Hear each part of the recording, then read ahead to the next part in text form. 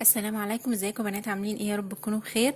اهلا بيكم معايا في فيديو جديد. النهارده الفيديو بتاعي ان شاء الله هيكون اعاده تدوير للاكياس بتاعه الملابس دي. هنعمل منها افكار كتير مش فكره واحده. تابعوني بقى لاخر الفيديو. بس قبل ما ابتدي، لو مش مشتركه في القناه يا ريت تنوريني وتشتركي وفعلي الجرس عشان يوصلك كل الحاجات اللي بقدمها بعد كده.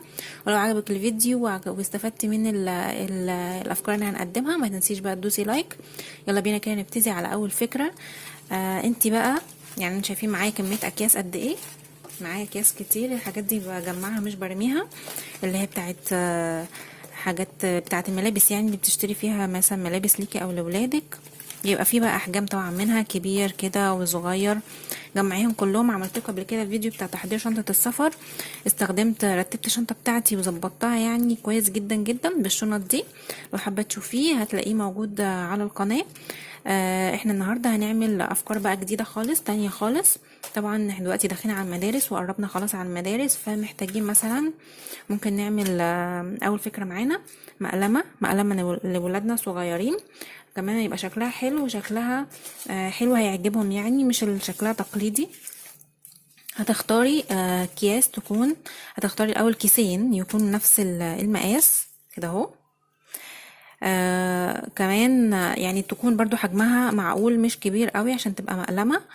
اول حاجة هعملها ان انا هحدد المقاس اللي انا هاخده. يعني مثلا هاخد مثلا هخلي مقلمة لحد هنا بتاعتي، وليكن مثلا لحد نص الكيس كده اهو.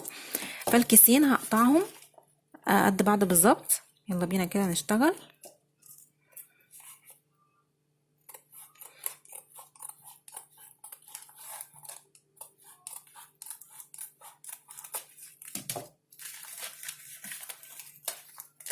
كده تقريبا. هبتدي ان انا افتح الكيس بتاعي. انا هدخل الاتنين جوا بعض كده.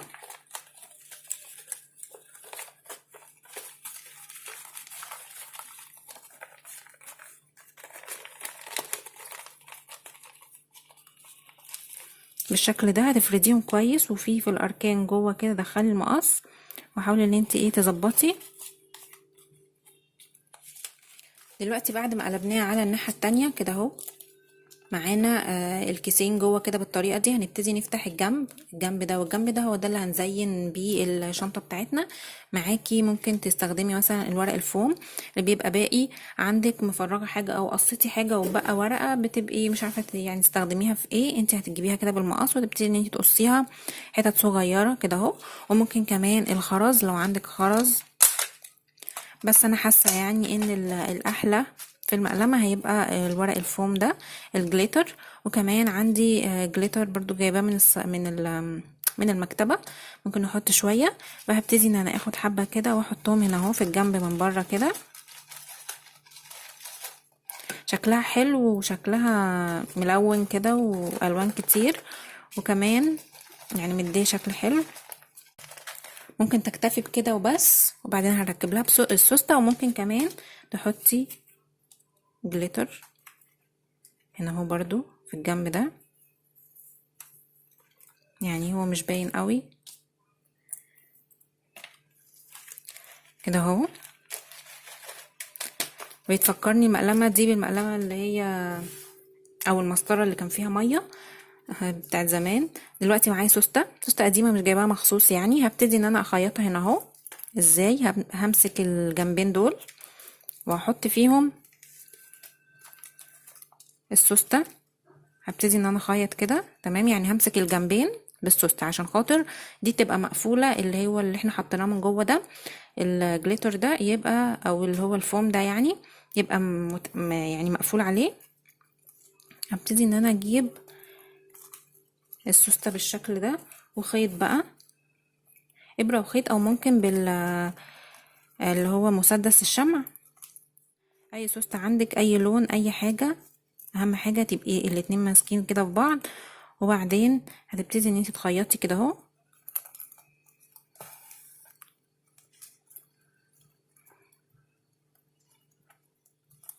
ده شكلها كده بعد ما خلصتها وحطيت السوسته. انا بصراحه لزقتها بعد ما خيطتها رحت راجعه فكها تاني، قلت انا هلزقها بالشمع اسهل يعني واظبط كده اهو. ده كده شكلها.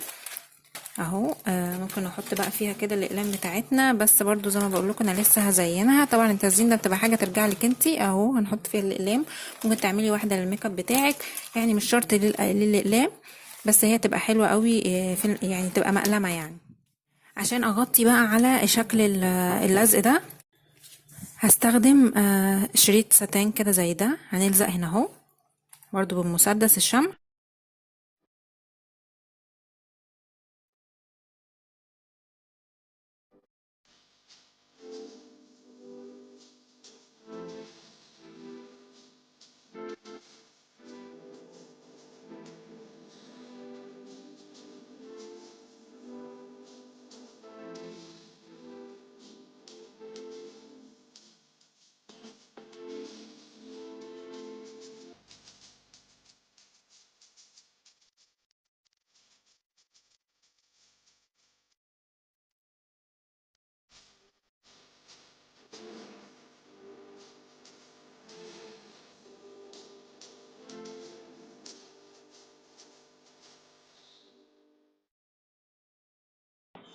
وده كده الشكل بتاعها النهائي. بعد ما حطينا فيها الاقلام شكلها شيك قوي وعسول، وعاملاها كمان من ايديكي بايديكي يعني، فشكلها حلو، والجليتر اللي جوه ده الفوم مديها شكل حلو قوي. ده كده شكلها النهائي. دلوقتي هنعمل مع بعض فكرة تانية بباقي الكيس اللي احنا كنا لسه قصينه من شوية، مش احنا قصينا 2 اهم. الجزء الفوقاني ده هنعمل ايه؟ هنعمل توكة. هنعملها ازاي؟ شايفين انا هقص كده من تحت اللي هي البتاعة دي، هقص كده من تحتها. انا عايزة كده جزء يكون بالعرض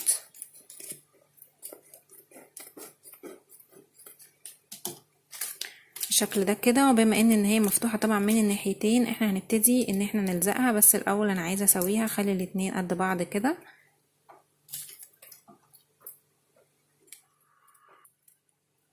علشان نقدر نخليهم ماسكين في بعض زي ما انا عملت كده اهو. الجزء الناحيه دي طبعا كانوا مفتوحين. هنعمل ايه؟ انا لزقت الجزء اللي فوق، فاضل بس الحته اللي تحت دي هعملها معاكم. هتجيبي الولاعه بتاعتك وهتبتدي ان انت تروحي عامله كده على الاطراف من بعيد كده، وتستني ثانيه واحده، وبعدين تروحي عامله بصباعك كده، هتلاقيهم كلهم مسكوا ببعض كده. الاطراف مسكت في بعضها، لونها يغمق شويه كده، ده دليل ان هي مسكت في بعض ولزقت في بعضها. هنبتدي نعمل ايه؟ هنقسمها كده نصين. معانا بنسة عشان عايزين نعلم النص بالظبط كده اهو.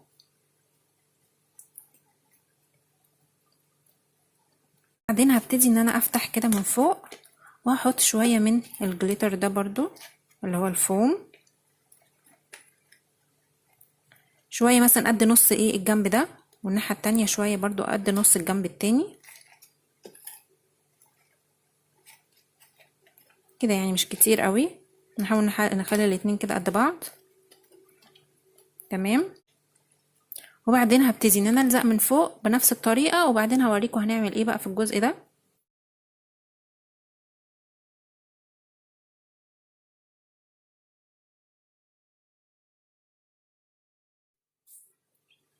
دلوقتي بعد ما اتلزقوا كده هبتدي ان انا اجيب الجنب ده، يعني هخلي الجزء اللي فيه الفوم جليتر ده الاتنين قريبين من بعض كده، وهبتدي اجيب الجنب ده كده والجنب ده كده.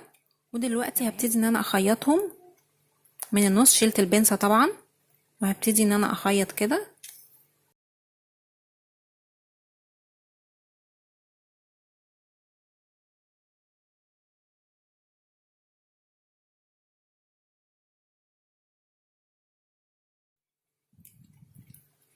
بعد ما هتخيطي هتبتدي ان انتي تشدي الخيط عشان نعملهم شكل فيونكة. بعد ما هنشد الخيط هبتدي ان انا الفه حوالين الفيونكة نفسها كذا مرة كده بحيث تبقى متماسكة من النص. وبعد كده هجيب قطعة صغيرة من شريط الستان وهلزقها في النص بمسدس الشمع. وده كده الشكل النهائي للتوكة بتاعتنا. عملنا توكة فيونكة وحطينا لها من ورا بنسة كده او كليبسة، وعملنا نفس الشكل منه مقلمة كأنك كده عاملة طقم حلو جدا وجميل. دي كده اول فكرتين معانا. هقول لكم برضو بقية الافكار اللي هنقدر نستخدم فيها الاكياس دي ايه. الفكرة اللي بعد كده هنبقى محتاجين مشبكين، ومحتاجين كيس زي ده. انا شلت بقى الجزء اللي فوق اللي هو فيه الكبسونة ده، تمام. وبعدين فتحته نص دايرة بس من قدام، لكن من ورا زي ما هو كده اهو بقى ده شكله كده، نص دايرة كده من قدام وده من ورا. دلوقتي هنروح على ضرفة المطبخ، ضرفة الدولاب من جوه، وهوريكم هنعمل ايه. دلوقتي انا جيت كده ركبت المشبكين زي ما انتم شايفين، ركبتهم بمسدس الشمع. تمام، دي برضو كان اثر شمع كده. ركبت المشبكين بتوعي بمسدس الشمع، وبعدين هجيب الكيس هدخلهم هنا كده، هفتح المشبكين وادخلهم كده اهو بالشكل ده زي ما انتم شايفين. فتحت زي ما انا فاتحه كده زي ما قلت لكم، فتحت الجزء ده، الجزء اللي ورا الطويل ده عشان خاطر يمسك في المشبكين. بحط فيهم ايه بقى، دايما ببقى حاطه فيهم قلمين، والورق اللي انا ببقى كاتبه فيه الطلبات او الحاجات اللي نقصت عندي او ما تنقص، او فاتحه على طول الضرفه دي ومطلعه الورقه والقلم وكاتبه فيها. تقدري تحطي فيها اي حاجات صغيره، متعلقات صغيره بتضيع منك، او كريم مثلا بتاعك، او اي حاجات بسيطه ممكن تكون انت محتاجاها وبتضيع منك، تعملي كده في ظرف المطبخ بتاعتك. المشابك دي طبعا احنا لازقينها كويس جدا، مش هنفكها عشان لما تفكيها بتسيب اثر كده. فخليها يعني هتعمليها في ظرفه وهتفضل ثابته معاكي وهتعملي فيها الحركه دي. مريحاني جدا على فكره، وبعملها دايما على طول، يعني على طول موجوده معايا. ولو الكيس ده حسيتي بعد كده انه اتوسخ او حصل له اي حاجه مش نضيف، بتقدري تشيليه ترميه وتحطي واحد تاني برضو المشبكين موجودين مكانهم. الفكره اللي بعد كده هتبقى برضو بنفس فكره المشبكين وكيس بالطريقه دي. هنحط فيها ايه بقى، هنحط فيها مثلا علب او غطيان العلب بتاعتنا اللي دايما بتضيع في الضرفه. بالطريقه دي كده هنلمهم في واحده زي دي.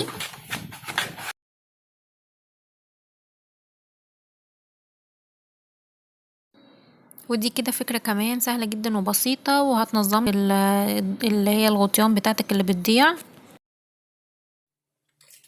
اخر فكرة معانا وهي هنستخدمه على الرف بتاع التلاجة. ده الرف بتاع التلاجة مثلا هتطلعيه هتغسليه، وبعدين هتجيبي كيس يكون كبير شوية، يعني مش زي اللي احنا الصغيرين وكنا بنستخدمهم، لا كبير زي ده كده. هتبتدي ان انت بقى تفتحيه بالشكل ده كده. احنا عايزينه يبقى عريض، فهنفتحه نصين وهنفتحه كمان من هنا.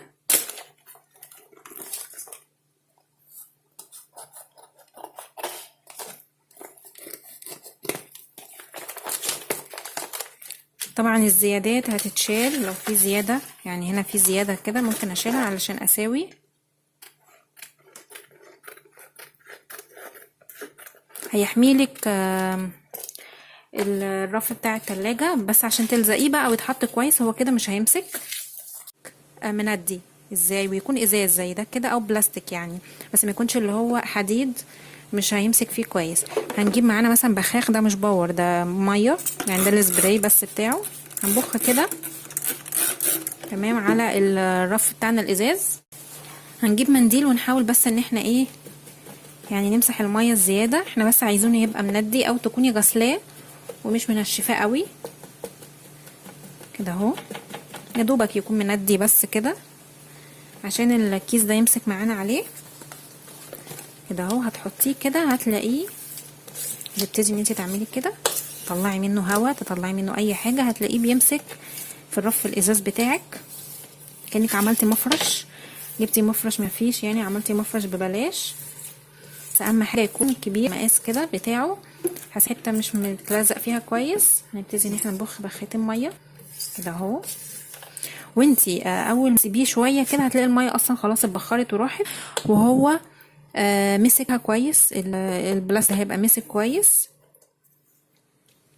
انا ببتدي دلوقتي كده ان انا اشيل الزيادات اللي حاسه ان هي بره الازاز نفسه كده اهو، كمان الاطراف دي عشان برضو الازاز البلاستيك ده يمسك كويس. الاطراف دي حسيتها ما بتمسكش، فعشان كده هنشيلها. اللي هي شايفين اللي زي دي كده اللي بتبقى في الاكياس التخينه دي. تمام كده دلوقتي انا لزقته كده وسويته كويس من على الاطراف، قصيت كل الزيادات اليمين وشمال. وده كده شكله، انا عايزه اوريكم شكله من الجنب اهو. شايفين ما فرقش خالص عن اي مفرش تاني، ماسك كويس ولازق. بالعكس كمان في مفارش بتبقى خاصه مكتوب عليها خاصه بالتلاجة، وبتحطيها وبعد ما تيجي تشيليها تلاقيها ثابت علامات واثر اللي هي بيبقى مرسوم عليها مرسوم عليها يعني رسومات خاصه بالمطبخ وكده.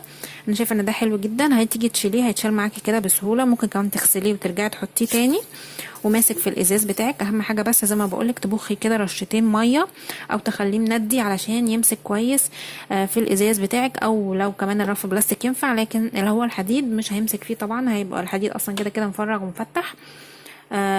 طبعا استخدميه بقى عادي، وقع عليه حاجه هتمسحيه او هتشيليه تغسليه، يعني سهل جدا جدا. اعملي كده في كل قرفه في التلاجة بتاعتك، واستغلي الاكياس اللي انت بتخزنيها بتشيليها دي او ما ترميهاش اصلا، اللي هي بجد حلوه جدا وليها افكار كتير جدا جدا. كده اكون خلصت النهارده الفيديو بتاعي وقلت لكم على كذا فكره لاستغلال الاكياس. يا رب الافكار تكون عجبتكم وتكونوا استفدتوا من الافكار وتنفذوها. قولوا لي بقى تنفذوا انهي فكره وانهي فكره عجبتكم اكتر. ما تنسوش بقى لايك على الفيديو واشتراك في القناه لو اول مره تشوفيني، فعلي الجرس عشان يوصلك كل الحاجات اللي بقدمها بعد كده. وان شاء الله اشوفكم في فيديو جديد وافكار جديده قريب جدا. مع السلامه.